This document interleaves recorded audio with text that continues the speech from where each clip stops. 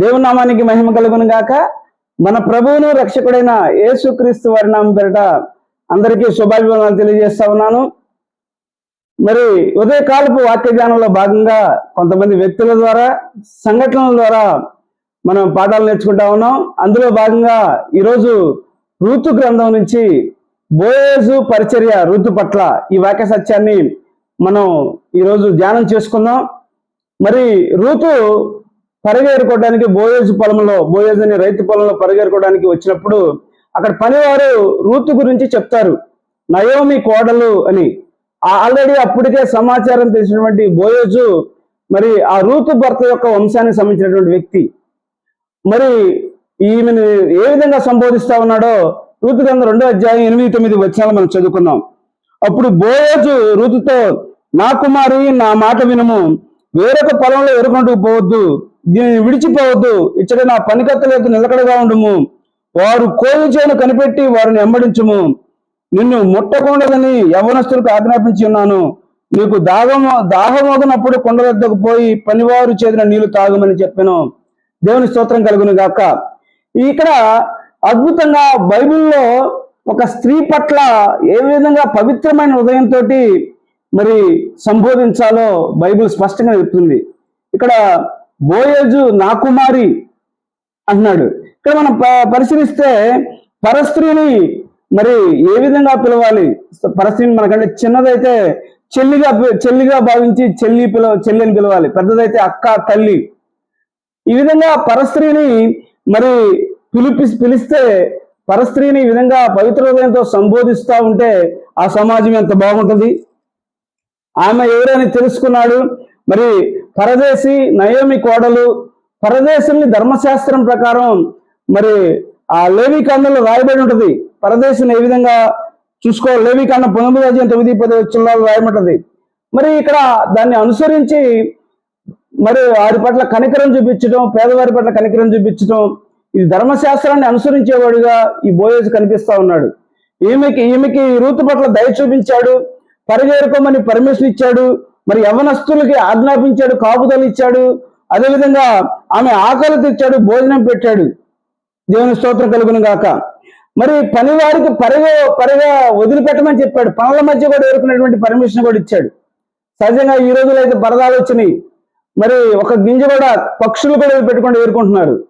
కానీ ఆనాడు ధర్మశాస్త్రంలో దేవుడు ఇశ్రాయేలు ప్రజలకి పేదవారి పక్షాన, విధవరాళ్ళ పక్షాన, పరదేశుల పక్షాన దేవుడు వారి మీద కనికరం చూపించి గొప్ప మరి వారి సంబంధించి గొప్ప చట్టాన్ని చూపిస్తా ఉన్నాడు.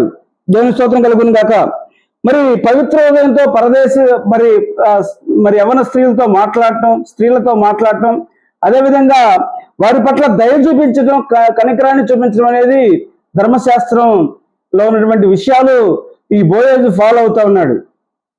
మరి పరిశీలన చేసినట్లయితే ఈ పరంపరలో ఆ విధంగా ఆమె మీద కనికరం చూపించినాక మరి నయోమి మరి మనల్ని వైదవ్యం నుంచి విడిపించేవాళ్ళు, మనల్ని కష్టాల నుంచి విడిపించడానికి ధర్మశాస్త్రం ప్రకారం బంధు ధర్మం, అదేవిధంగా మర్రి ధర్మం, అదేవిధంగా దైవ ధర్మం అని ఒక చట్టం ఉంది. అందులో ఏంటంటే మరి నయోమి కొడుకు ఎవరైతే ఉన్నారో ఆ వంశానికి నయోమి భర్త వంశానికి సంబంధించిన వాళ్ళే బోయేజు.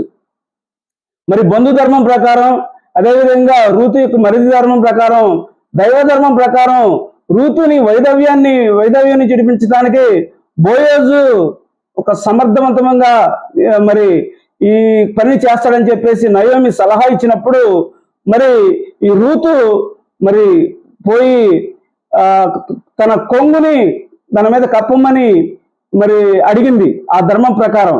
అయితే ఏ మాత్రం కూడా పరస్త్రీ అని, ఏ మాత్రం యవ్వన స్త్రీ అని, ఒంటరిగా వచ్చిందని చూడకుండా ఆమెను మళ్ళీ కుమారి అని సంబోధిస్తా ఉన్నాడు. సంబోధిస్తూ ఒక అద్భుతమైనటువంటి మరి సంభాషణ వాళ్ళ మధ్య పవిత్రమైన సంభాషణ జరిగింది. ఆ సంభాషణ ద్వారా దేవుడు ఒక ప్రణాళిక ద్వారానే రూతుని బోయేజు పొలంలోకి పంపించిన విధంగా మరి అక్కడ వారి వివాహం కూడా రూతు పట్ల ఆయన సానుకూలంగా స్పందించి దయ చూపించి కనికరం చూపించి ఆమెని ఆ వైదవ్యం నుంచి విడిపించడానికి తాను భర్త వివాహానికి ఒప్పుకున్నాడు, ఘనంగా వివాహం జరిగింది. ఈ విషయాలను పరిశీలన చేస్తా ఉన్నప్పుడు మరి ఈరోజు నువ్వు నేను ఒక స్త్రీ పట్ల ఏ విధంగా స్పందించాలి, ఒక పరదేశుల పట్ల ఏ విధంగా స్పందించాలి, పేదవారి పట్ల ఏ విధంగా స్పందించాలి అనేది ఈ బోయేజు ద్వారా మనం నేర్చుకోవచ్చు. బోయేజు ఆ స్త్రీ పట్ల కనికరాన్ని చూపించాడు, మరి తన పొలంలో పరిగెత్తుకోవడానికి అవకాశం ఇచ్చాడు. అదేవిధంగా యవనస్తులు ఆమెను టచ్ చేయకుండా కాపుదలను ఇచ్చాడు. ఆమె ఒంటరిగా వచ్చినప్పటికి కూడా ఆమెను అడ్వాంటేజ్ చేసుకోకుండా కుమారి అని సంబోధించి పవిత్రమైన సంభాషణ కొనసాగించాడు. ఎంత గొప్ప ఆదర్శప్రాయంగా ఈరోజు సమాజానికి మరి ఈ బోయేజు కనిపిస్తున్నాడో మనం చూడొచ్చు. ఈరోజు స్త్రీ పురుషుల మధ్య ఈ విధమైన పవిత్రమైన సంభాషణ జరగాలి. అదేవిధంగా ఈ ఒక పరస్త్రీని ఏ విధంగా సంబోధించాలో బైబిల్ ద్వారా మనం నేర్చుకోవచ్చు. ఈరోజు బోయేజు స్టోరీని కనుక మనం పరిశీలన చేస్తే ధర్మశాస్త్రం ప్రకారం ఆయన బంధుధర్మాన్ని నెరవేర్చాడు. ధర్మశాస్త్రం ప్రకారం పేదల పట్ల కనికరాన్ని చూపించాలనేటువంటి సత్యాన్ని నేర్పిస్తా ఉన్నాడు. ధర్మశాస్త్రం ప్రకారం మరి వారి ఆకలిని తీర్చాలి అనేటువంటి గొప్ప పాఠాన్ని కూడా మనకు నేర్పుతున్నాడు. ఈరోజు నువ్వు నేను తెలుసుకోవాల్సింది ఏంటంటే మరి పరస్త్రీల పట్ల మరి మనం సొంత చెల్లిలాగా, తల్లిలాగా, కుమార్తెలాగా, అక్కలాగా మరి భావించి మనం గనక వారి పట్ల కనుక ప్రవర్తించినట్లయితే ఆ సొసైటీ అంత బాగుంటుంది. ఆమె ఎవరనే తెలుసుకున్నాడు. మరి ఆమె ఒక పరస్త్రీ అని, ఒక విధవరాలని, అదేవిధంగా తనకు కావలసిన బంధువు అని తెలుసుకొని దానికి సంబంధించినటువంటి ధర్మశాస్త్రం ప్రకారం చేసినటువంటి చట్టబద్ధంగా చేసినటువంటి సపర్యలన్నీ చేశాడు, పరిచర్య అంతా చేశాడు. తర్వాత చూస్తే దేవుడు ఆశీర్వదించాడు. మరి ఈ బోయేజు రూతుల ద్వారా యేసుక్రీస్తు వారి వంశావళి మరి రావడం మనం చూస్తూ ఉంటాం. యేసుక్రీస్తు వారు ఈ వంశం ద్వారానే మరి ప్రపంచానికి రక్షకుడు బయటకు వచ్చాడు.